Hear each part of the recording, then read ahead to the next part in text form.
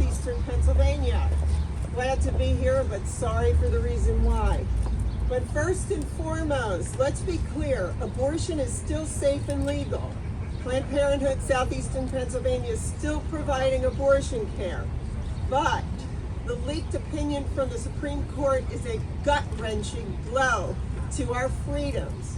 This decision is not just about overturning Roe, but it's also the unprecedented withdrawal of a constitutional right. As abortion providers, educators, and activists, Planned Parenthood Southeastern Pennsylvania stands in outrage with everyone who is hurting from this news, and our thoughts are with all of those who already suffer the harm caused by the ongoing assault on reproductive freedoms. Since September 1st last year, we've seen the real-life impact of a restrictive and unconstitutional ban play out in Texas on those who don't have the financial resources and support that they need to travel out of state to obtain an abortion. We are in a crisis moment. Make no mistake about it.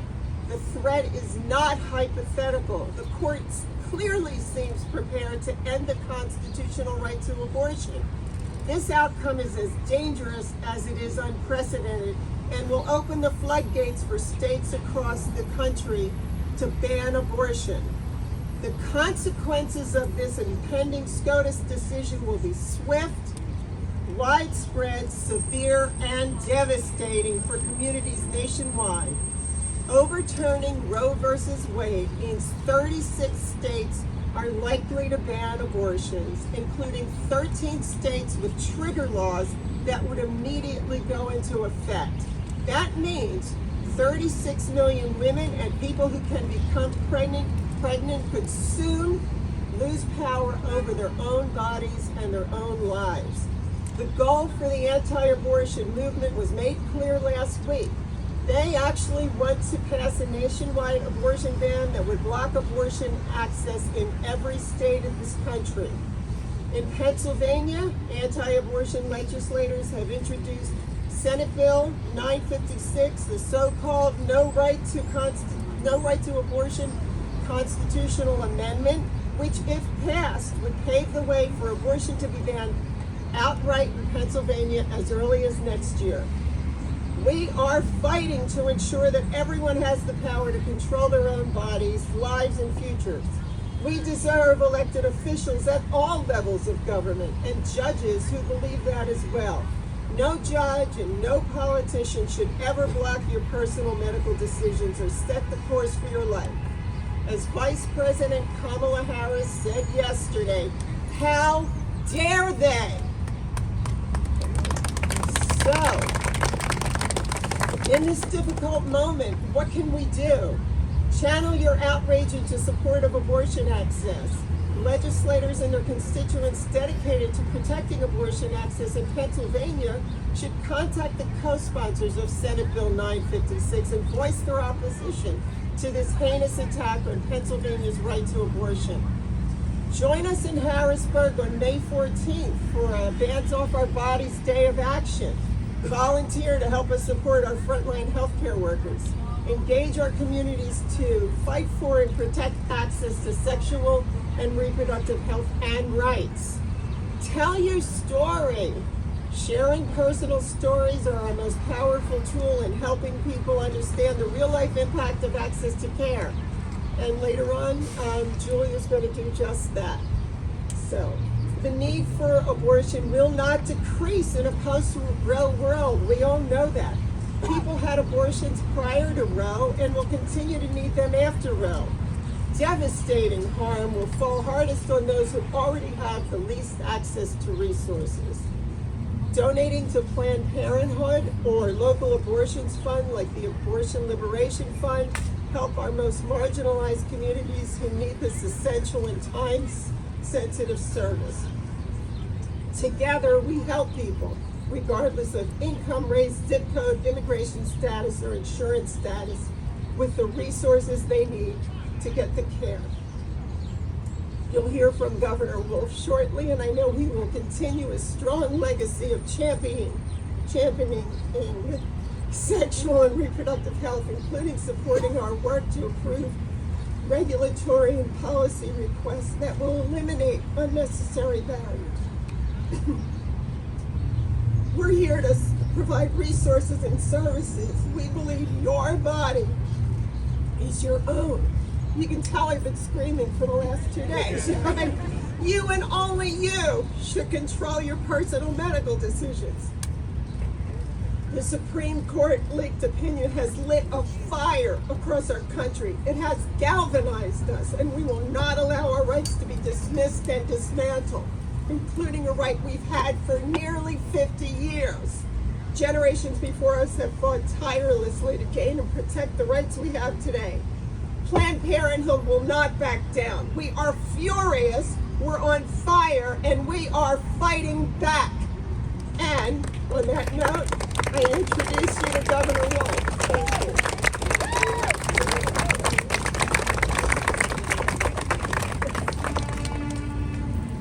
Thank you, Dale. So today, along with everybody standing behind me, I am very angry. I'm angry because today the right to bodily autonomy, a right that has been enshrined in law for more than a generation, is under attack. I am angry because the right to privacy in this nation is under attack. I am angry because the rights of women in this nation are under attack. And I am angry because the idea at the heart of American exceptionalism, the idea that I have agency over my own life, is under attack. So I am angry today. And I know that I'm not the only one. Abortion is health care, and it must remain safe and legal. If the Supreme Court goes through with this ruling to overturn Roe v. Wade, it will put the right of every American to make their own private medical decisions in jeopardy. All of them. And that includes the right to choose an abortion. That is absolutely, positively un-American, and it's unacceptable. Because while Republican lawmakers, activists, and judges are trying to score cheap political points by rolling back Americans' rights, real people are being hurt by anti-abortion policies. Barriers to abortion do not keep women or children safe. In reality, those barriers hurt the very people they're supposedly intended to protect. Abortion bans lead to worse health outcomes for pregnant people, for babies. They increase rates of maternal mortality, and they cause financial hardship that hurts families and hurts our economy. The Turnaway study from the University of California at San Francisco showed that when a woman is denied an abortion, she is more likely to have serious health consequences. Pregnant people denied an abortion are also more likely to remain stuck in an abusive relationship and more likely to experience economic insecurity. When a family that already has children is denied an abortion, those children are more likely to grow up in poverty. Let's be clear, barriers to abortion can force families into poverty, and it can keep them there. Abortion is health care. We must make sure it remains safe and it remains legal. If the Supreme Court goes through with this ruling to overturn Roe v. Wade, it will put the right of every American to make their own private medical decisions into jeopardy. So again, this ruling is not just about preserving life. It's about exerting control. And I don't think it's possible to overemphasize the seismic shift this represents in America's approach to privacy, to personal autonomy, and to health care rights. Let's face it, Roe v. Wade has been the law of the land for nearly 50 years. More than a generation of Americans have grown up under its protection. They've grown up with the knowledge that America respects the right of each of its citizens to make private health care decisions. They've grown up with the right to plan their own reproductive future. And now, that right is being ripped away. Roe v. Wade is under attack, and so is the future of our nation. It's important for Pennsylvanians to know that the leak of this draft does not change anything today in Pennsylvania. An official ruling has not yet been made, and even if it is made, once it has been made, it's up to the states to change abortion laws And here in Pennsylvania, we don't have any of the trigger laws that Dale talked about. We're not one of those 13 states that would limit abortion as soon as the official ruling is made. Abortion access in Pennsylvania will remain legal and safe as long as I am governor.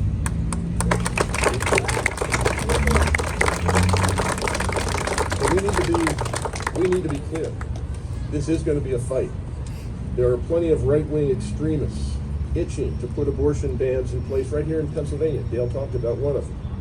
Year after year, right-wing politicians have pushed anti-choice, anti-abortion bills in Pennsylvania's General Assembly. I vowed to veto all of them, and I put my veto pen to work this way on all three of the anti-choice bills that did finally make it to my desk. And while I'm governor, I will continue to veto every anti-choice bill that does come to my desk. But we must do more to protect the rights of women in Pennsylvania and in every state across the country that does not have a governor willing to use the veto pen. A bill is before Congress right now that would protect the right to an abortion under law called the Women's Health Protection Act. This bill would protect a person's right to continue or end a pregnancy. And I call on Congress to pass it immediately. We cannot let right-wing extremists roll back Americans' rights. We must stand united for a future where Pennsylvanians have the right to make their own health care decisions. Thank you. And now I'm going to turn it over to Julia Hendrickson.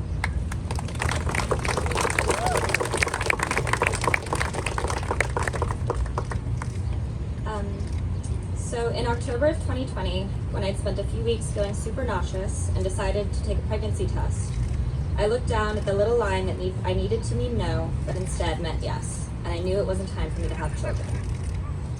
I was wildly fortunate to be able to pursue a stellar education, but I graduated grad school right when the pandemic hit, with fancy degrees, no job, and massive debt. It took me months of searching to find a job, all while navigating unemployment and Medicaid under the stress of a global pandemic. I found out I was pregnant about 2 weeks before I was due to start my new job. The decision was a no-brainer to me. I have always known I want to have kids, but not then. Even without factors like the pandemic or my debt, it wasn't time. I'd spent my entire adult life up to that point pursuing an education I was passionate about, and I wanted to have time to build a career, so I got an abortion. I was able to make the appointments right then. It was at the Planned Parenthood on Locust Street. I'd actually volunteered there in undergrad. The next available time was just a few days before I was set to start my new job, but I took it. It was the first Thursday of November, the same week as the 2020 presidential election. I'd be voting on the 3rd, going to my appointment on the 5th, and having my abortion on the 6th. It was a busy week. Voting then felt more essential. Abortion access wasn't on the ballot directly, but I felt it there in other ways. I often lose faith in our political system's ability to stand up for bodily autonomy in its many forms, but I still have hope that my voice matters, so I went. Then I waited a few days until my appointment, while the country waited to hear the results of the election. Thursday came. My partner dropped me off. It was peak COVID, so we couldn't come inside. I had to walk by protesters, and again, because of COVID, there weren't any patient escorts there, so the walk was pretty lonely. I got inside, I checked in, and sat down. Jennifer Lopez's Made in Manhattan was playing on TV. Once I saw other folks in the waiting room, I started to feel a little bit better. Some of the other people waiting looked like me, some didn't. Again, because of COVID, people were distancing, masked, and quiet, but there was still comfort in knowing that they were there. The appointment itself was quick. I was only 6 weeks pregnant, and I opted for a medication abortion. The staff was so gentle and kind, and even though I was alone, it felt okay. I took the first pill in the doctor's office and was sent home with the rest, plus instructions and everything else I'd need. I had to wait until the next day before I take the rest, so I waited. The next day went fine. It wasn't comfortable, but it wasn't bad. I knew I could call the nurse hotline at any point. I had saltines and tea and Netflix. I mostly slept. It went okay. The next day, Saturday, I still had cramps and felt kind of crappy, but late that afternoon, some news outlets started declaring that Joe Biden had won the 2020 presidential election. My partner and I slowly walked around Center City. People were celebrating. I saw a future for myself and for my country. I never regretted getting my decision. I felt sad about it at times, but I knew it was right. And for me, luckily, it was easy. I knew a clinic nearby had appointments available, I had a credit card to foot the bill, and I didn't have other kids to worry about finding childcare for, and I had a supportive partner. Even if any one of those things weren't true, it likely still would have been easy for me. If there wasn't a clinic nearby, I could have driven or flown to one that was. I knew that I could rely on my network of friends and family to support me in any way they could. And if SCOTUS overturns Roe and Casey, and if I get pregnant and decide an abortion is the right choice again, I'll still be able to get one. Their decision makes my ability to choose harder than accessing medical care should be, but I'll always have that option. Many others won't. I refuse to play into the idea that any governing or legislative power has the right to dictate what I do with my own body. But that rejection comes with massive privilege. For me, the fight for access to abortion is for people who can't take time off of work or school to come to an event like this, who can't afford an abortion, but more critically, can't afford to get pregnant either. The people who know it's the right choice for them, but who are being penalized and pushed back by laws stifling their ability to live freely. Those are the people that these laws hurt most, the people who are already most vulnerable in this unjust system. I hope that by sharing my story in some small way, it helps them. Thank you. Senator Capoletti. Thank you.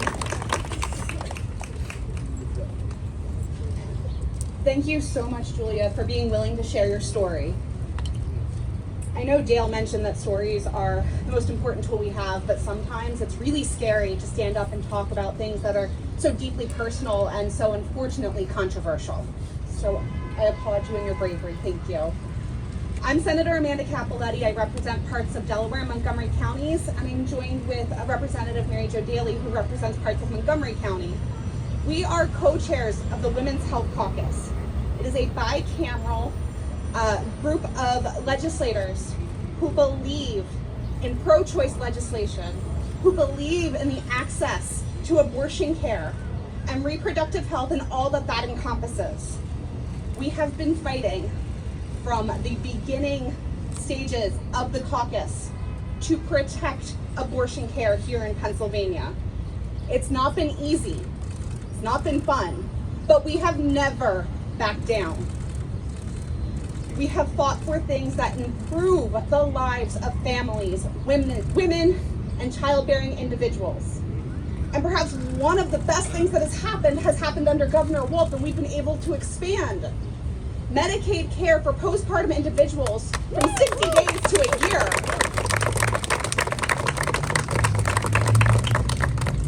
But this Supreme Court ruling turns all of that back for us.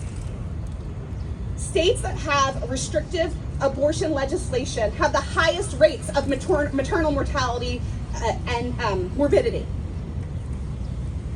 And here in Pennsylvania, we have high rates of maternal mortality and morbidity.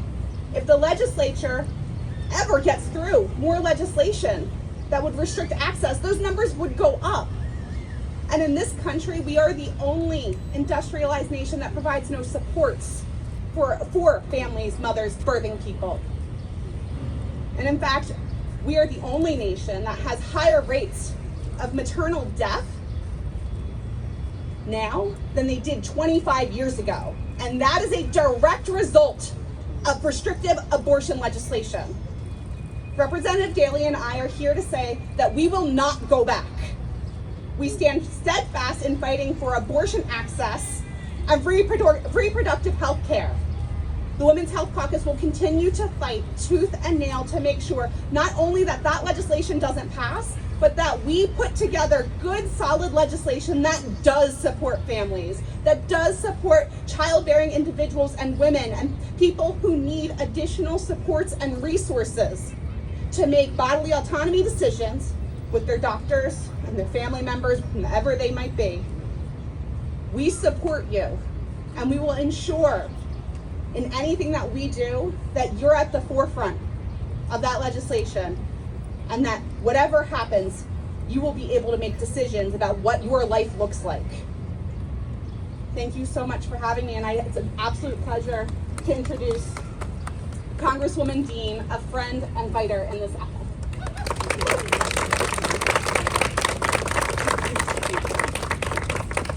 Good morning, everybody. My name's Madeline Dean. I'm Congresswoman for the 4th Congressional District of Pennsylvania. I am delighted on this appropriately cloudy day to stand here with all of you and all of the elected people behind me, the advocates behind me, to share my outrage, my frustration, my utter horror in reading the draft opinion by Justice Alito. The holding of the opinion, make no doubt, is that American women are second-class citizens. We are second-class citizens if this would ever become the law of the land. It's not just we're sending it back to the states because we believe that's the constitutional thing to do.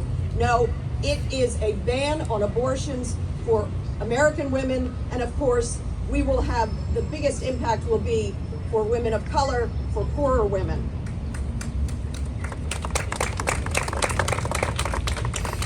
The draft opinion is really showing us that a woman's privacy to her own healthcare decisions are being ripped away by an extreme politicized Supreme Court of the United States.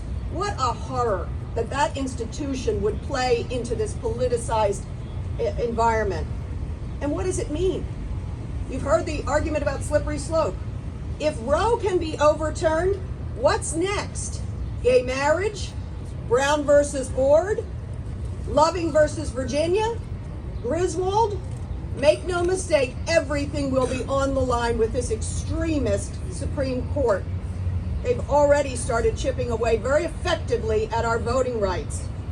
One of the lines that that stood out to me in this horror of a draft opinion by Justice Alito says, quote, "Roe was egregiously wrong from the start," end quote. What I think is egregiously wrong is how Justice Alito and other Supreme Court justices egregiously misled the U.S. Senate and the American people from the start.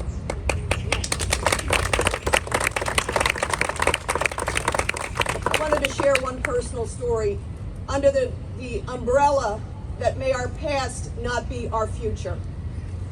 My mother-in-law was a magnificent woman, Joan Walsh Canaan, born in the 1930s in Scranton, Pennsylvania, the 6th of 6 children born to her mother and father. But Joan never knew her own mother because her mother became pregnant when she was just a child, became pregnant with a 7th child. The doctor knew that the baby would be stillborn and warned that the mother might die in childbirth. But this was 1930 Scranton, and Catholic they were. That family had no choice. The mother had to take the fetus to term, and as you can imagine, the results were horrifying. The baby was stillborn. The mother died in childbirth. May our past not be our future. I have daughters-in-law. I have 4 grandchildren, 3 of whom are granddaughters. May our past not be their future. So I thank you, Governor Wolf, for standing in the breach. I thank you, Mrs. Wolf, for always fighting for women's rights. And I'm just honored to be with you, horrified by the reason.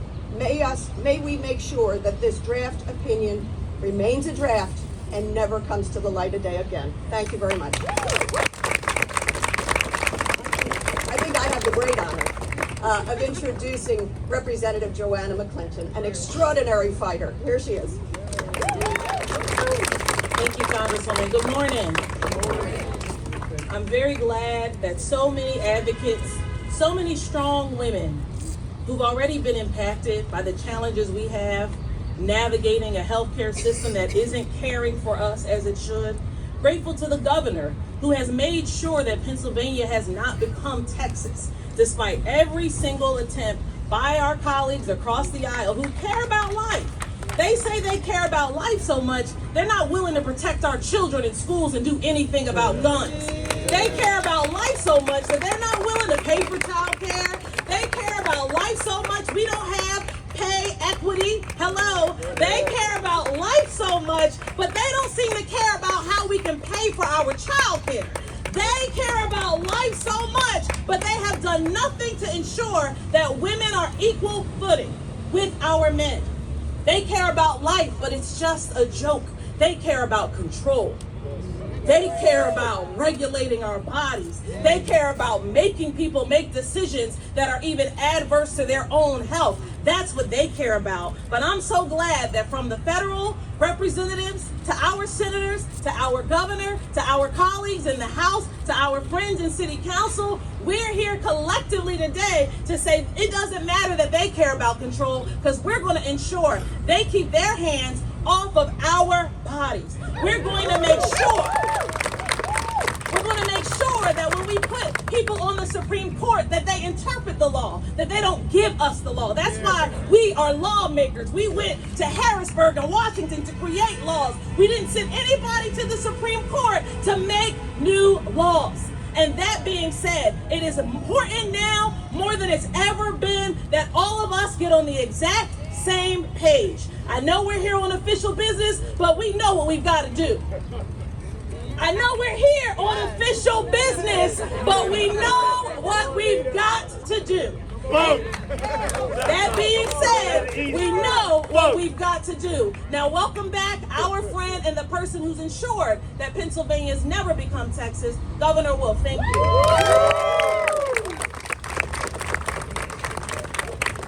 Thank you, everybody. This is really great. We'll be happy to take questions. Yeah. Oh, excellent. All right, Governor, you can hear us? Yeah. Okay. Yeah. Just along that same line, you said that abortion will remain safe and legal while you are governor. Your term ends next year. Yeah. So, what are you doing at this point, at this moment, to prepare for the possibility that someone will take your place who will not feel the same way? I think that's a great question, and the answer is elections have consequences. What I'm doing is working very hard to make sure a pro-choice governor becomes governor of Pennsylvania. Are there any executive orders? Is there any legislation? Is there anything that you are doing, though, to prepare for the possibility that the person who takes your place is not the person who you want to take? Listen, this is a democracy, and the way democracies work is, as long as I'm in power, I can do the things that the people in the Constitution give me the ability to do. What I can't do is put something into place for life. That's not the way a democracy works. The way a democracy works is we have to go out every 4 years and make sure we elect a governor, Josh Shapiro, who is going to actually preserve the rights of women to make their own reproductive health care choices. How concerned are you about the possibility of a constitutional amendment? Again, elections have consequences. That constitutional amendment, if it makes it through 2 successive sessions, will be put before the people of Pennsylvania, and they're going to have to vote. They have to vote to make sure that we retain the ability to direct our own lives here in Pennsylvania. They're going to have to make that choice. That's the way a democracy works. With the legislature. Vote. Yes, with the Vote. legislature. That's, yeah. Vote. Vote. Any other questions? Anything else? All right. Thank you very much. Thank you, everybody.